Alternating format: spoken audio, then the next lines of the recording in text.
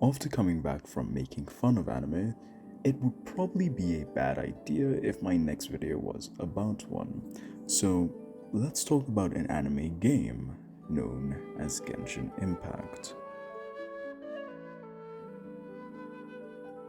If you somehow don't know what Genshin is, it's a massive open world game that takes a lot of inspiration from anime, with a decent at best paced story and amazing animations to boot. Today I planned on talking about how I both love and hate the disgusting rat's pit of a community known as the Genshin fandom, and why after 1 year of playing the game I decided to take a really long break. I vividly remember typing Twitter in the script of this video, but remember that they changed it to X and I really am not sure what to do here. Twitter is the place where all dreams come to die. There are people posting things that make them happy, things like porn, things that inspire them to continue pushing forward in life, death threats, and so on and so forth. If I were to say any community could be immediately described by looking at their Twitter, it would have to be the Genshin community. With such a colorful cast of characters, people start to develop strong emotional feelings towards these characters, and that's okay. We do not discriminate against mentally ill people, and something people love doing with these colorful cast of characters is to ship them. Now remember, these are pixels on a screen. There's generally no problem shipping two characters that aren't real, especially if it's just things that you personally appreciate. There's almost a ship of every character with each other, and that's the main issue. You might ask why that is. Well, there are characters that are, children, and there's also, siblings in the game, so I can't help but think that you guys are a bit Big brother,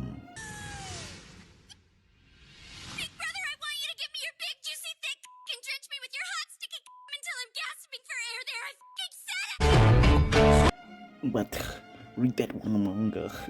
You said that they are just pixels on the screen and it should be fine if it's just a personal preference.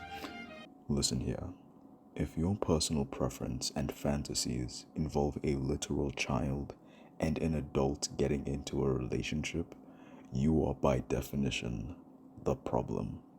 Now, the sad reality is that people on Twitter love and hate ships so much that you would be praised for something as pedophilic as this, but would have been scolded for something like this.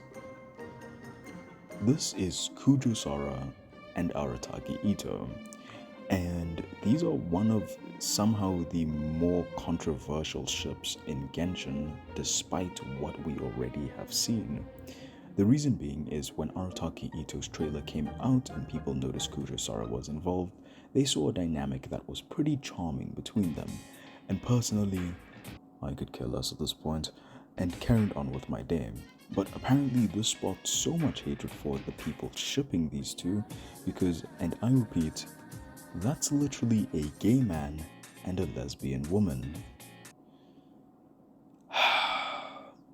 Understand that in this game, no one's sexuality has ever been announced.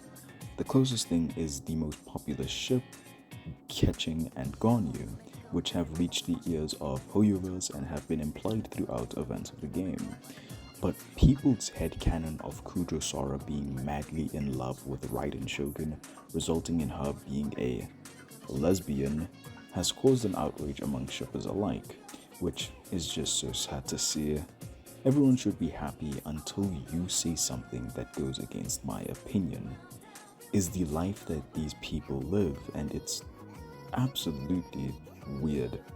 Most Genshin drama is childish stuff like this and has resulted in one of the worst communities out there. And there's nothing wrong with shipping Kujusara with other women such as the Raiden Shogun, of course. But to attack people for shipping someone that doesn't follow your own headcanon is really, really sad. Now, to why I love this community.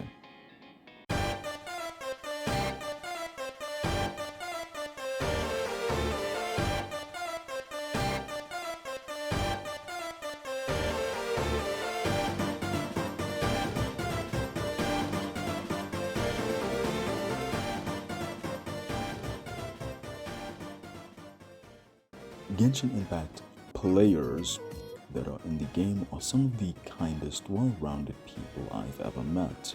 They don't seem like kids, and if they were, they are extremely chill to hang out with. For those who are confused, Genshin Impact has a co-op system with up to 4 players, and honestly, the world gets lonely all by yourself. But when you can find a random group of people just to hang out with, run around the world, and clear domains, it just feels absolutely amazing. Does this excuse what the other half has done? No. Death threats, literal pedophilia, and general disregard for others' opinions, when you feel so strong of your own, really, really sucks. But being able to get on Genshin Impact with your mates just is such a fun time.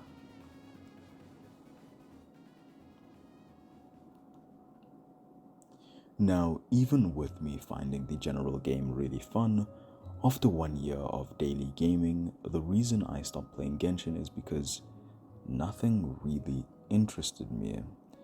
Sumeru was pretty alright, but nothing spectacular unless it involved these two.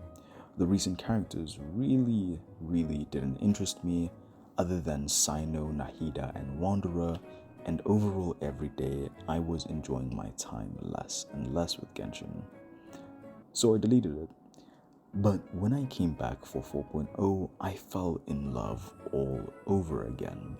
Playing a murder mystery game and piecing puzzles together felt so great. It genuinely felt like you were a part of the story.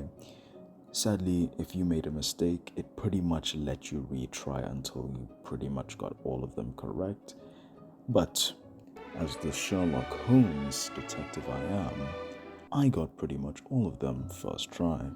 And I can say for certain, every Fontaine character has genuinely interested me from beginning to end, which is why I can say I am back to wasting my life away on this game.